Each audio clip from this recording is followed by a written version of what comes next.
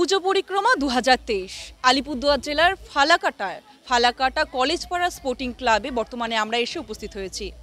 এবছরে তাদের ৪৭তম দুর্গোৎসব এবং এবারে তাদের থিম শরতের রামধনু এবং রাষ্ট্রপতি পুরস্কারপ্রাপ্ত শ্রী গৌরাঙ্গ কুইল্লার তিনি কিন্তু এই যে পুরো থিম রয়েছে তারই কিন্তু চিন্তাধারাতে কিন্তু এই থিম হয়েছে।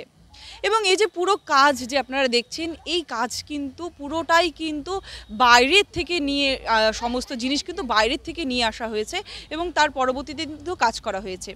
ক্লাব কর্তৃপক্ষ থেকে জানা যায় যে কাচের ফাইবার যে গ্লাস রয়েছে সেটা দিয়েই কিন্তু পুরো মণ্ডপটাতে তৈরি করা হয়েছে এবং প্রায় ৪৫ লক্ষ টাকা ব্যয়ে কিন্তু এই পুজো মণ্ডপের সাজসজ্জা থেকে আলোকসজ্জা সমস্ত কিছুই শুরু হয়েছে।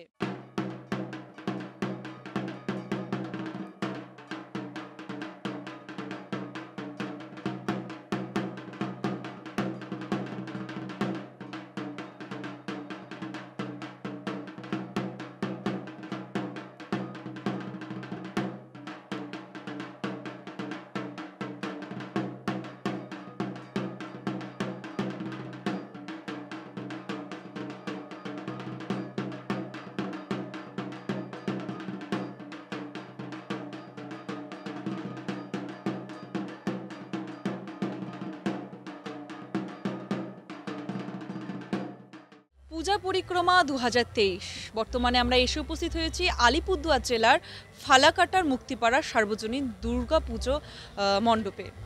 এবারে তাদের থিম রয়েছে সময়, অর্থাৎ এই যে সময় রয়েছে তাকে কিন্তু বিভিন্ন কাজের মধ্য দিয়ে তুলে ধরা হয়েছে। কোথাও দেখা যাচ্ছে প্লাইউড যে রয়েছে সেই তার কাজ দিয়ে সময়টাকে বোঝানো হয়েছে, আবার কোথাও বা ঘড়ি, আবার কোথাও বা গাছের যে পাতা রয়েছে সেই পাতাকেও কিন্তু ব্যবহার করা হয়েছে এবং তার সাথে ব্যবহার করা হয়েছে চটের।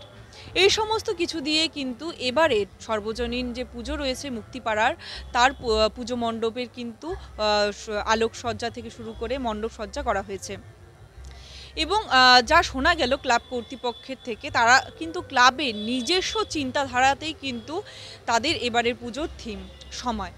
এবং এবারে যে এই ক্লাবে দুর্গা মায়ের যে মূর্তি রয়েছে সেটা কিন্তু পুরোটাই কিন্তু শিল্পীর হাত দিয়ে তৈরি, অর্থাৎ মায়ের যে মুখ রয়েছে সেই মুখও কিন্তু কোনো রকম ছাঁচে ফেলে তৈরি করা হয়নি, মায়ের মুখও কিন্তু হাত দিয়ে তৈরি করা হয়েছে। আলিপুরদুয়ার থেকে অনিশা পোদ্দারের রিপোর্ট, ট্রাইব টিভি।